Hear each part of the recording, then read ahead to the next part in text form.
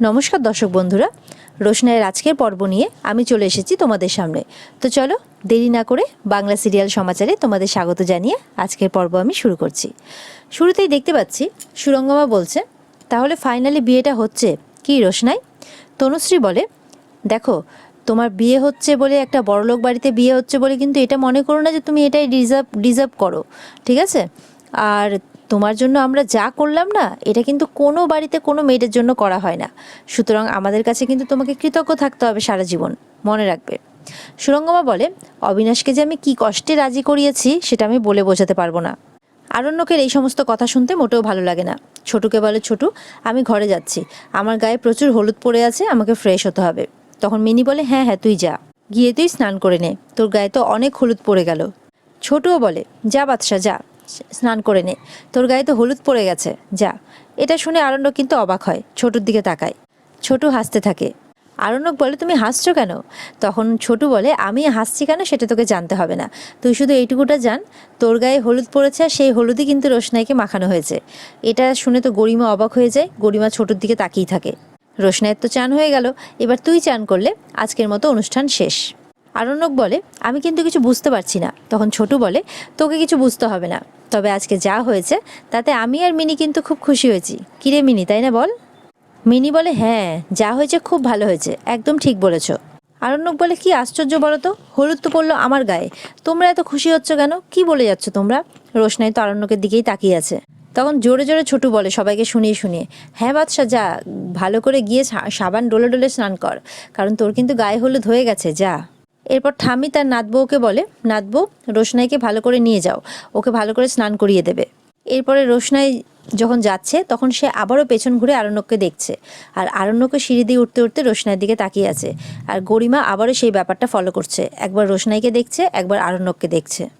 এদিকে দেখা যাচ্ছে গরিমা এবার পরের ফাংশনের জন্য রেডি হচ্ছে, তনুশ্রী রেডি করিয়ে দিচ্ছে।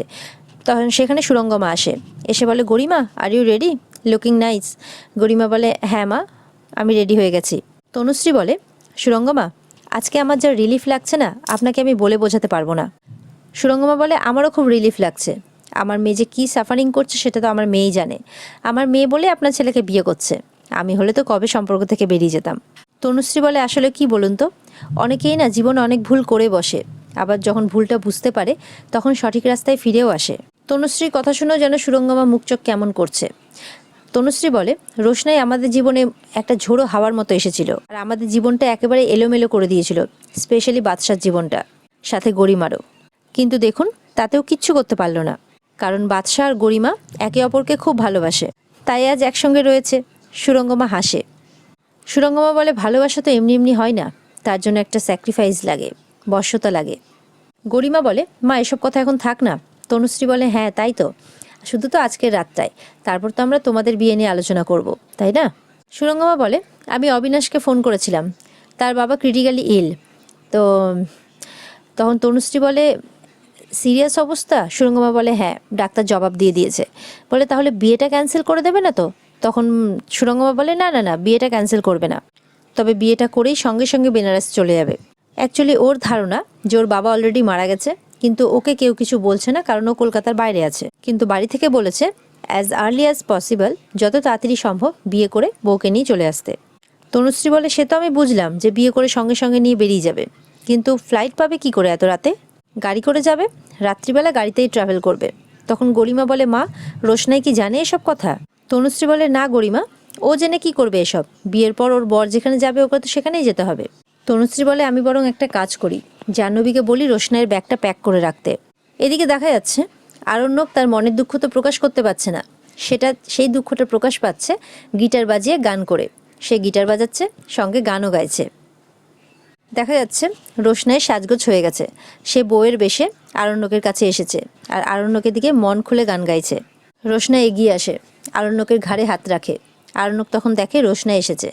এদিকে তনুশ্রী বলে যে, সুরঙ্গমা আপনি কি একটা যেন রিচুয়ালস মানার কথা বলছিলেন, আর তো অবিনাশের বাবা এতটা অসুস্থ, তো রিচুয়ালসটা মানা হবে তো? সুরঙ্গমা বলে, বিয়ে যদি করতে হয় রিচুয়ালসটা মানতেই হবে। গরিমা বলে, কি রিচুয়াল মা? কোনো এক সময় ওদের ফ্যামিলিতে বিয়ের দিন একটা দুর্ঘটনা ঘটেছিল। তারপর থেকেই তাদের ফ্যামিলিতে রিচুয়াল, বিয়ে না হলে বর কিছুতেই, মানে বিয়ে না হওয়া অবধি আর কি, বর কিছুতেই তার মুখের ঢাকা খুলবে না, তার মুখ দেখাতে পারবে না। এটা শুনে তো তনুশ্রী, গরিমা এরা একটু অবাক হয়। ওরা বারবার করে বলে দিয়েছে যে এটা নিয়ে ওরা খুব সিরিয়াস, আর কোনোভাবে এই রিচুয়ালসের অন্যথা হবে না। গরিমা বলে তাহলে শুভদৃষ্টি কিভাবে হবে? সুরঙ্গমা বলে ওহ, অ্যারেঞ্জমেন্ট থাকবে গরিমা, গুরুজির সাথে আমার কথা হয়েছে, চোখ দুটো দেখানো যাবে কিন্তু মুখের ভেল সরানো যাবে না। তনুশ্রী, আমাকে কিন্তু ওর মামি বারবার করে বলে দিয়েছে যে বিয়ে হবে, গাড়িতে করে রওনা হবে, তারপরেই কিন্তু সে তার মুখের ভেল খুলতে পারবে। তনুশ্রী বলে না না, ডেফিনেটলি ওরা যখন বলছে তখন তো আমাদেরকে এটা মানতেই হবে, কোনো তো উপায় নেই, আর আমাদের কোনো আপত্তি নেই কিন্তু এতে। গরিমা বলে রোশনাই কিন্তু এত সহজ সরল মেয়ে নয় মা, দেখো হয়তো বলবে যে বরের মুখ দেখাতে হবে। সুরঙ্গমা বলে রোশনাই সহজ না সরল সেটা দেখে তো কোনো কিছু হবে না, শ্বশুরবাড়ির রীতি, এটা তোকে মানতেই হবে। তনুশ্রী বলে ওর যে ওই বাড়িতে বিয়ে হচ্ছে, এত বড়লোক বাড়িতে, এটাই তো ওর অনেক ভাগ্য, ও নাকি দেবে আবার শর্ত। তনুশ্রী বলে পুরোহিত মশাইকে বলে দিতে হবে যত তাড়াতাড়ি সম্ভব মন্ত্র পড়ে দিতে, আর সিঁদুর দানও যাতে ঝটপট হয়ে যায়। গরিমা বলে আচ্ছা, আমি আরণ্যককে না অনেকক্ষণ দেখিনি, ও বাড়িতেই আছে তো? তনুশ্রী বলে হ্যাঁ গরিমা, ও বাড়িতেই আছে, আমি দেখেছি ওকে, মনে হয় কেটারারদের সাথে কথা বলছে। গরিমা বলে আমি ওকে দেখেছি প্রায় 1-1.5 ঘন্টা হয়ে গেল, আর ওদিকে রোশনাইয়েরও সাজগোজ কমপ্লিট, আমিও সাজগোজ করে ফেললাম, কোথায় ও? সুরঙ্গমা বলে আরে আমাদেরকে জিজ্ঞেস না করে নিজে গিয়ে দেখে নাও না, নিজের বরের খোঁজ নিজে রাখো মা, দেখো গিয়ে সাজগোজ করেছে কিনা, যদি না করে থাকে তো সাজিয়ে গুছিয়ে নিজে নামাও, আমাদের হাতে বেশি সময় নেই, আমি বরং অবিনাশকে ফোন করে দেখি কি অবস্থা। তনুশ্রী বলে হ্যাঁ হ্যাঁ ফোন করুন, কারণ ওর বাবার যে ক্রিটিক্যাল অবস্থা, বিয়ে করতে আসবে তো। সুরঙ্গমা বলে আমায় যখন কথা দিয়েছে বিয়েও করবে। আরণ্যক বলে তুমি এখানে? বলে তোমার দেওয়া, মানে আপনার দেওয়া পোশাক পরেছি, আর আপনার দেওয়া গয়নাও পরেছি, তাই একবার দেখাতে এলাম আপনাকে, আর বিয়ের মণ্ডপে যাওয়ার আগে একবার আপনার থেকে আশীর্বাদ নিতে এলাম। রোশনাই তখন আরণ্যকের পা ধরে প্রণাম করতে যায়। আরণ্যক তখন রোশনাইকে ধরে ওঠায়, আর ভারী ভারী মন নিয়ে বলে যে তুমি বিয়েটা মেনে নিলে রোশনাই? রোশনাই বলে মানবো না কেন, এত ভালো পাত্র, এত ভালো পরিবার পেয়েছি আমি, খুব সুখে রাখবে আমাকে। রোশনাই বলে কিন্তু আপনার চোখে কেন জল? গরিমা দিদির সাথে ঝগড়া হয়েছে? আরণ্যক বলে আমাকে প্রণাম করতে এসেছো তো, প্রণাম করা হয়ে গেছে, এখন চলে যাও, আমার চোখে জল নিয়ে এত ভাবতে হবে না তোমাকে। রোশনাই বলে ঠিকই তো, আমার কি কোনো যোগ্যতা আছে? আরণ্যক বলে জানোই যখন তখন বলছো কেন? রোশনাই বলে ক্ষমা করে দিন, ভুল হয়েছে। আরণ্যক বলে হ্যাঁ ভুল হয়েছে, 100 বার না, 1000 বার না, 1,00,000 বার ভুল হয়েছে তোমার, চিৎকার করে বলে আরণ্যক। রোশনাই বলে আপনি চিৎকার কেন করছেন? চলেই তো যাবো চিরদিনের মতো। তখন আরণ্যক বলে হ্যাঁ সেই জন্যই তো এত আনন্দ হচ্ছে তোমার। রোশনাই আরণ্যক দুজনেরই চোখে জল। রোশনাই বলে বারে আনন্দ হবে না, একটা অসহায় মেয়ে নিজের ঘর সংসার পাচ্ছে, একটা আশ্রয় পাচ্ছে, আনন্দ তো হবেই। আপনি আমার জন্য অনেক ইনভেস্ট করেছেন স্যারজি, আমি সেগুলো আপনাকে শোধ করে দিতে চাই। আরণ্যক বলে কি করে? তুমি শোধ করবে কি করে?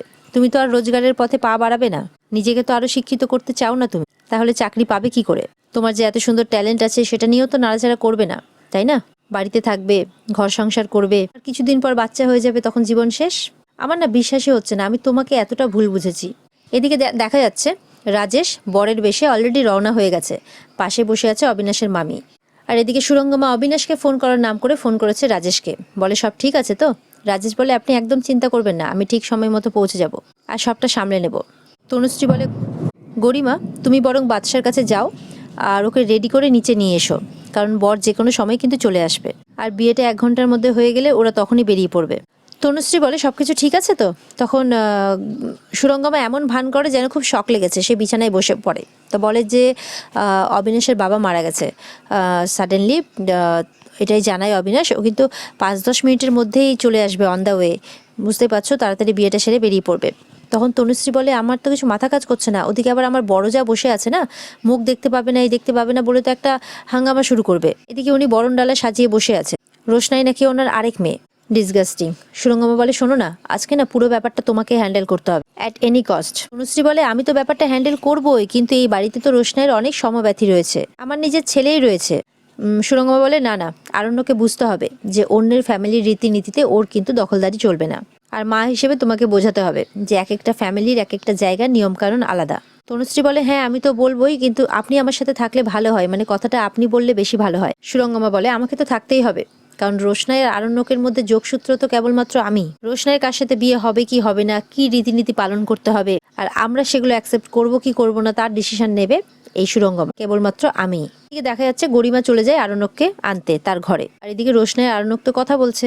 রোশনাই বলে, আমি তো কোনোদিনও বলিনি স্যার যে আপনাকে যে আমি মডেলিং করতে চাই, আপনি আমাকে জোর করেছিলেন। আরণ্যক বলে, আলবাত তুমি তুমি বলেছিলে যে তোমার বাবাকে সেটা তুমি সবার সামনে প্রমাণ করবে, সবার সামনে তো তোমার বাবার মুখোশ তুমি টেনে খুলে দেবে। কি বলনি তুমি? রোশনাই বলে, ছেলে মানুষই ছিলাম আমি, বোকা ছিলাম তো, কার জন্য করব আমি? মাই তো নেই, মা যখন নেই তখন কি করব আমি? যাকে অপমান করেছে সেই যখন নেই তখন আমার কিছু করার নেই। আমি তো জন্মের পর থেকে সেই মানুষটাকে দেখিই নি, তাই আমার কোনো আগ্রহ নেই। আরণ্যক বলে, আমি তো এগুলোকে সব সত্যি ভেবেছিলাম, বোকার মতো বোকা ছিলাম আমি। এখন তো মনে হচ্ছে এগুলো তুমি খুব লোভী মেয়ে।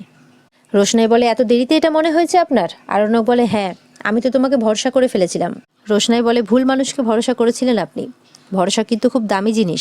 রোশনাই বলে, যাগে, আমি আপনাকে শুধু প্রণামই করতে এসেছিলাম, আর কথা বাড়িয়ে লাভ নেই। এরপরে রোশনাই যখন যাচ্ছে তখন আরণ্যক বলে, কি হলো, উত্তর তো দিলে না, টাকাটা শোধ করবে কি করে? রোশনাই বলে, মেয়েদের কি আর নিজের কোনো জোর হয়? স্বামীর জোরেই তো মেয়েদের জোর। আমি না হয় আমার স্বামীর কাছ থেকে টাকা নিয়ে স্বামীর থেকেই আপনাকে শোধ করে দেব। আরণ্যক রেগে যায়, বলে, শাট আপ, চিৎকার করে ওঠে। এত স্পর্ধা কি করে হলো তোমার? আরণ্যক বলে। রোশনাই তাকিয়ে থাকে আরণ্যকের দিকে। তো বন্ধুরা, আজকের পর্ব এই পর্যন্তই। কেমন লাগলো তোমাদের আজকের পর্ব? যদি ভালো লেগে থাকে তাহলে অবশ্যই চ্যানেলকে লাইক, কমেন্ট ও সাবস্ক্রাইব করে দেবে। অপেক্ষায় আছি আগামী পর্বের জন্য। তোমরা অপেক্ষায় থেকো। আশা করছি আগামী পর্ব তোমাদেরকে খুব ভালো লাগবে। ভালো থেকো সবাই, টাটা।